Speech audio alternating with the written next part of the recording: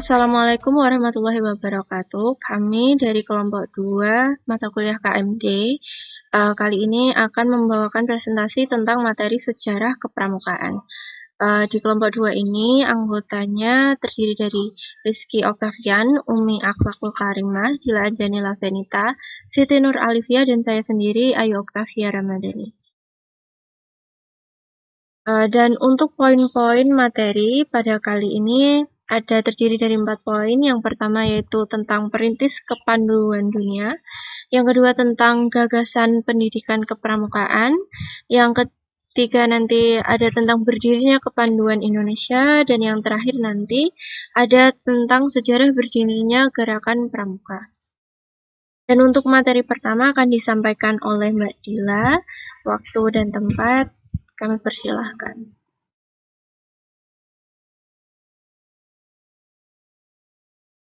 Di sini saya akan menjelaskan tentang perintis kepanduan dunia. Robert Stephenson Smith Baden-Powell atau yang lebih dikenal sebagai Lord Baden-Powell of Kewell adalah perintis kepanduan dunia. Ia lahir di Inggris dan dikenal sebagai Bapak Pramuka Dunia. Ia juga seorang prawira militer Inggris yang terkenal karena keberhasilannya di militer menginspirasi gagasan tentang pelatihan, kepemimpinan, dan keterampilan bertahan hidup bagi kaum muda. Pada tahun 1907, ia menyelenggarakan perkemahan pertama di Pulau Brownsea yang menjadi cikal bakal gerakan pramuka. Kemudian pada tahun 1908, ia menulis buku berjudul Scouting for Boys yang menjadi panduan dasar kepramukaan dan menyebar luas ke berbagai negara. Kontribusinya menjadikan Baden-Powell dikenal sebagai Bapak Pandu Dunia. Mungkin itu yang bisa saya sampaikan. Untuk slide selanjutnya akan disampaikan oleh Mas Rizky. Baik, untuk slide selanjutnya saya akan menjelaskan mengenai gagasan pendidikan kepramukaan. Jadi gagasan pendidikan kepramukaan adalah proses pembentukan karakter, kecakapan hidup, dan akhlak mulia melalui pengalaman nilai-nilai kepramukaan. Kegiatan berkemah salah satu contoh gerakan yang dapat membantu anak-anak muda menjadi lebih mandiri dan bertanggung jawab. Nah, jadi gagasan kegiatan kepramukaan adalah suatu proses pembentukan karakter, karena di dalam kepramukaan sebuah peserta didik itu pasti akan diajari mengenai tentang pembentukan karakter, tentang nilai sikap tanggung jawab dan bergotong royong. Kemudian ada sebuah akhlak mulia, saling membantu dan berkata jujur terhadap sesama. Nah, itu yang untuk salah satu contoh kegiatannya dalam kegiatan kepramukaan adalah contoh kegiatan berkemah. Nah, dalam kegiatan berkemah ini para peserta didik akan diajarkan untuk hidup mandiri, bagaimana cara dia untuk bersosialisasi dengan lingkungan, masyarakat, dan bisa menyatu dengan sebuah alam. Itu yang dapat saya jelaskan mengenai gagasan pendidikan kepramukaan. Atas kurang lebihnya, saya mohon maaf. Untuk slide berikutnya akan dijelaskan oleh rekan saya.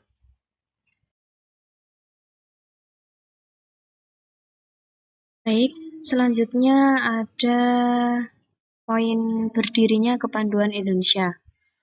Pada tahun 1912, kepanduan mulai diperkenalkan di Indonesia oleh beberapa tokoh nasional seperti Budi Utomo dan Jong Indonesia. Kepanduan di Indonesia berdiri sebelum kemerdekaan dan kemudian diresmikan sebagai Gerakan Pramuka pada tahun 1961. Hari Pramuka diperingati setiap tanggal 14 Agustus sebagai hari berdirinya Pramuka di Indonesia. Di samping itu ada contoh foto pahlawan nasional. Yang selanjutnya, sebelum kemerdekaan, ini yang pertama pada tahun 1916, Mangkunegoro 7 mendirikan Javaanse Padvinders Organisasi atau disingkat JPO, organisasi kepanduan pertama yang didirikan oleh Pribumi. Yang kedua, pada tahun 1918 didirikan Padvinder Muhammadiyah yang kemudian berganti nama menjadi Hizbul Wathan atau disingkat sebagai HW. Yang ketiga, pada tahun 1921, Budi Utomo mendirikan Nationale Padvinders atau Kepanduan Nasional bersamaan dengan berdirinya Jong Java. Yang keempat, pada tahun 1923 didirikan Al-Irsyad di Surabaya. Setelah kemerdekaan, ini ada 3. Yang pertama, pada tahun 1945 didirikan Pandu Rakyat Indonesia yang menjadi organisasi kepanduan nasional. Yang kedua, pada tahun 1930 didirikan Kepanduan Bangsa Indonesia KBI, organisasi kepanduan yang berasaskan kebangsaan. Yang ketiga, pada tahun 1961 pemerintah dan Majelis Permusyawaratan Rakyat Sementara atau MPRS meresmikan Gerak Kepanduan sebagai pramuka. Untuk yang slide selanjutnya akan dilanjutkan oleh rekan saya. Baik, saya akan melanjutkan penjelasan dari rekan saya sebelumnya. Di slide ini kita akan menjelaskan tentang perkembangan gerakan pramuka. Perkembangan gerakan pramuka di Indonesia dimulai sejak masa penjajahan Belanda hingga saat ini. Presiden Joko Widodo menyatakan bahwa pramuka harus menjadi wadah yang relevan pada setiap zaman. Yang selanjutnya yaitu masa penjajahan Belanda. Masa penjajahan Belanda di tahun 1912 didirikan organisasi Nederlandse Padvinders Organisasi atau disingkat NPO oleh Belanda. Yang kedua, tahun 1916